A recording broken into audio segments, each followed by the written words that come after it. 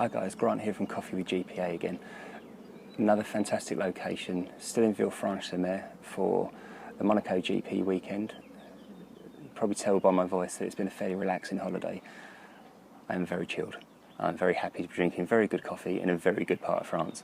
So just over there in the background you can see Saint-Jean-Cap-Ferrat. That is truly wonderful. If you ever need a holiday where you need some good beaches, some good food and drink, you can't go far wrong with the Côte d'Azur.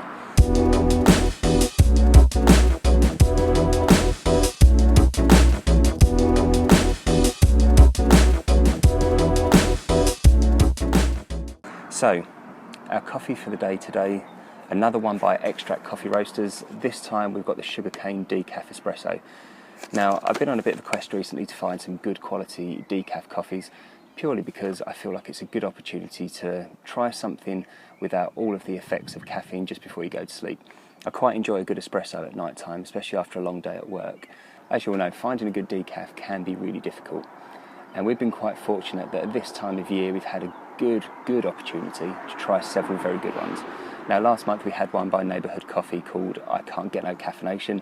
Still love that name, still think it's absolutely fantastic. But I'm hoping this one's going to be a good competitor as well. So this one, again, is another Colombian decaf. First thing I actually get about this that I really adore is the packaging. I think it's fantastic. I love the colours on it and I love the good bold print. Extract have gone through a bit of a change recently, or probably within the last year, with all of their packaging, and I think it's fantastic. They've done a really good job of this. So immediately that draws me to the brand because of the packaging. I know that's very sad, but it is something I really like. So, how do they go about the decaf process with these beans? Well, they actually use the EA method, or the ethyl acetate method, which basically means that they introduce sugarcane into steamed green coffee beans themselves, and that actually helps dissolve the soluble caffeine within the beans. So, first of all, it's very organic and very natural, and it means that there's no chemicals that are actually harming anything in that process and impacting on the taste. So, a very good start for the coffee anyway. Let's have a little look to see what we see in the bag and what the first couple of smells are actually like.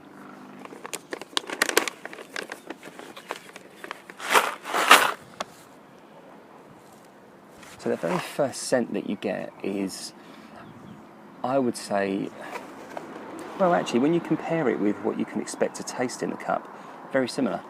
So the first thing that you get is a big hit of brown sugar, and they say cocoa on here as well, but I guess to put that in a more realistic term, it's very similar to what I would put as the taste of the 70 or 80% cocoa compound chocolate that you get in the supermarkets.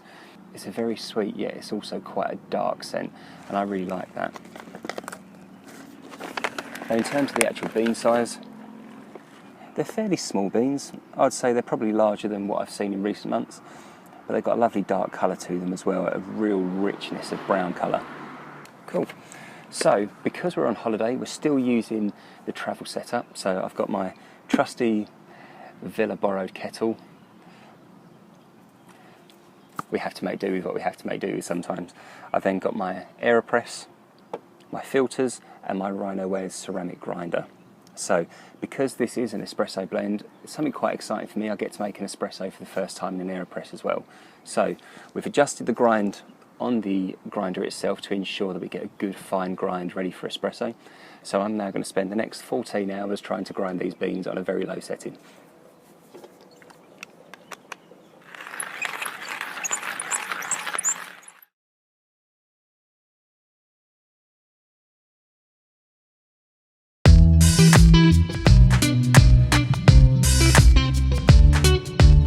Okay, so the next step, we're going to pop our grinds into our AeroPress. So I've got a good fine grind in there for this particular one. Okay, so we've got the grounds into our AeroPress.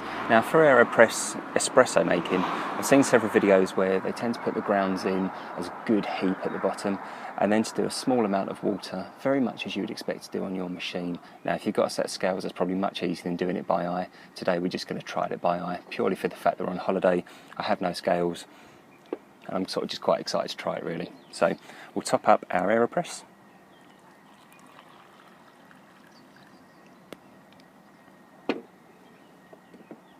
Now, because we're on holiday, I've also forgot probably one of the most important things of using our AeroPress, our little stirrer, and actually our measuring spoon, so it's not gone too well as far as what I've actually remembered to pack.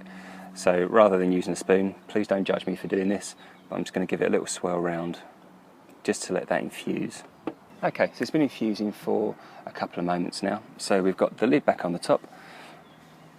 We're now going to use our glass to create our extraction.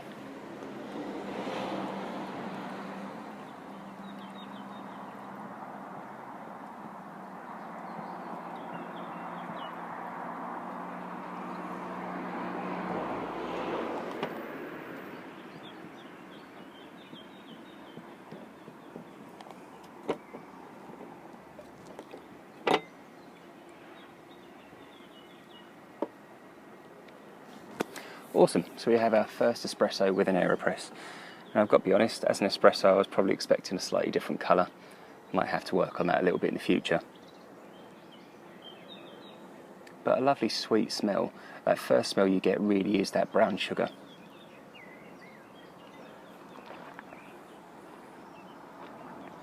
It's a lovely sweet decaf coffee. A lovely sweet decaf coffee. I don't really get much of the blackcurrant. I'm guessing that might come a bit later on with the cool down, but I certainly get the cocoa flavours and I certainly get that brown sugar flavour. So I guess because we've used a filter, you do get a much clearer coffee and a much cleaner cup, or in this case glass, but I kind of like the way that the glass looks. And actually now the blackcurrant is starting to come through a little bit more. Very, very, very subtle.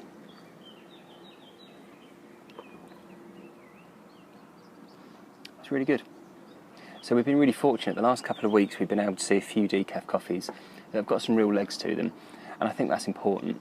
One of the things I always remember about decaf coffee was that awful jar that you'd get at your mother-in-law's place, or every now and then if your mum and dad decided that you should drink more decaf because it's better for you, then you would always get that really terrible jar from the supermarket. Or in some instances that supposed fresh coffee that does have that awful aftertaste to it as well as a decaf. I don't think you get that with these at all. Drinking the decafs that we've tried in the last couple of weeks, it feels like you're drinking a regular specialty coffee, and to be perfectly honest, you actually are. And I think that's hugely important, because if you are trying to make a transition to drink less coffee or drink more decaf, if you're feeling that way inclined, you want something to mimic exactly the same experience. You don't want to feel like, I guess it's a bit like if you're going on a diet. You want to enjoy the normal foods, but you don't want to feel like you're on a diet. And this is very much the same for a decaf coffee. I would feel like drinking this wouldn't make me think I was drinking a decaf. So if I was to drink this at the end of the night or after a meal, I would enjoy this equally as much as I would drink a regular coffee with perhaps a bit more natural kick to it. But I'm very impressed with this one. As for which one's best out of the neighbourhood coffee or out of the extract coffee, I think you'll have to buy yourself some bags and try that out for yourself. At the moment I'm still very much undecided, but I'm very, very pleased with the way this one turned out. And if you want to grab yourself a bag, you can do now from extractcoffee.co.uk. Get yourself a 250 gram bag straight from Extract directly. Alternatively, you can get extract coffee from coffeewithgpa.com. Go onto the roaster profiles and you have an opportunity to try them out straight from the page. So I hope you've enjoyed the video. I hope you enjoy the coffee going forward as well. We look forward to seeing you again very soon on Coffee with GPA.